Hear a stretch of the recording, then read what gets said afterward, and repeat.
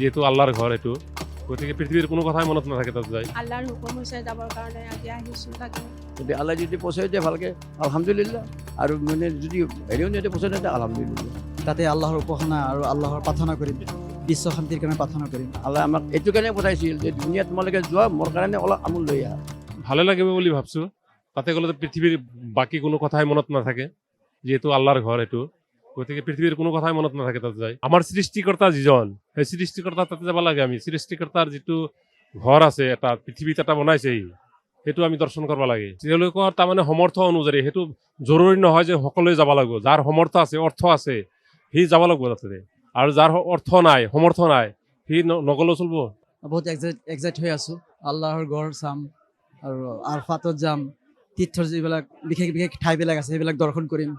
তাতে আল্লাহৰ উপাসনা আৰু আল্লাহৰ প্ৰাৰ্থনা কৰিম, বিশ্ব শান্তিৰ কাৰণে প্ৰাৰ্থনা কৰিম, মানৱতাৰ কল্যাণৰ কাৰণে। এই গোটেই পৃথিৱীত যিটো যুদ্ধ বিগ্ৰহৰ যিটো এটা বিৰাজ এটা বেয়া পৰিৱেশ সৃষ্টি হৈ আছে, সেইবিলাক শেষ হয়, সেইবিলাক যে শেষ হয় তাৰ কাৰণে মানে দোৱা কৰিম ইনশাআল্লাহ। আচলতে ইছলামৰ যিটো বুনিয়াদ 5টা হয়: কলিমা, নমাজ, ৰোজা, হজ, জাকাত। One compulsory part of Islam এইটো, মানে হজ কৰা পিলগ্ৰামছটো। তেতিয়া যিসকল ব্যক্তি ইছলামত ধনী, ইছলামত একৰ্ডিং টু ইছলাম যিসকল মানুহ ধনী, তেওঁলোকৰ ওপৰত 2টা বস্তু ফৰজ হয়, কম্পালচৰি হয়। এটা হৈছে মানে জাকাত দিয়া, মানে চেৰিটিত পইচা দিয়া, আৰু এটা হৈছে মানে মক্কাত গৈ মানে মক্কাৰ গড় দৰ্শন কৰা, তৱাফ কৰা।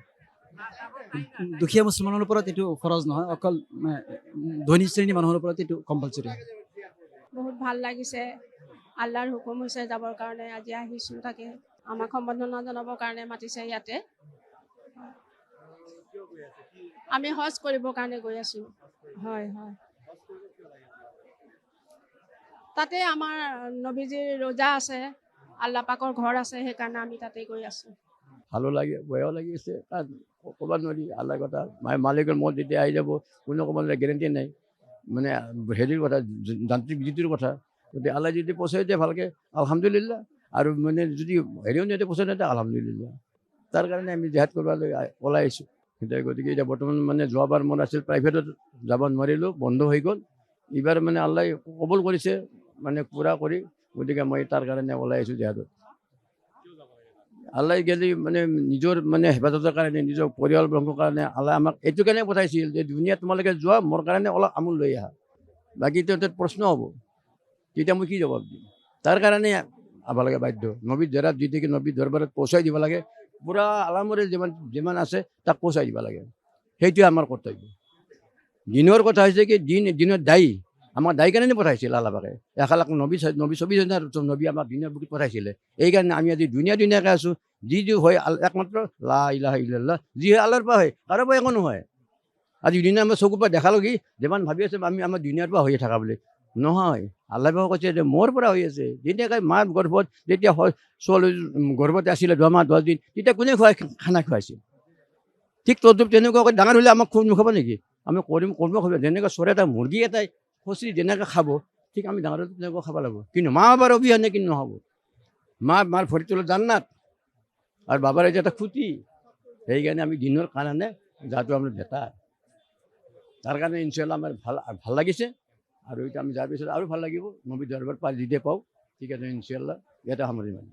ৰাহাতুন বেগম। ভালো লাগছে। নহয় হজ কৰবা মই নাযাওঁ, মই মাকৰ লগত আহিছো। ভালে আছে। হা মক্কাৰ মদিনা সেইবিলাক চাই আল্লাহৰ নামৰ কি কৰিব লাগে আৰু। মই যোৱা নাই। হা, মই যোৱা মন আছে আৰু। যাম।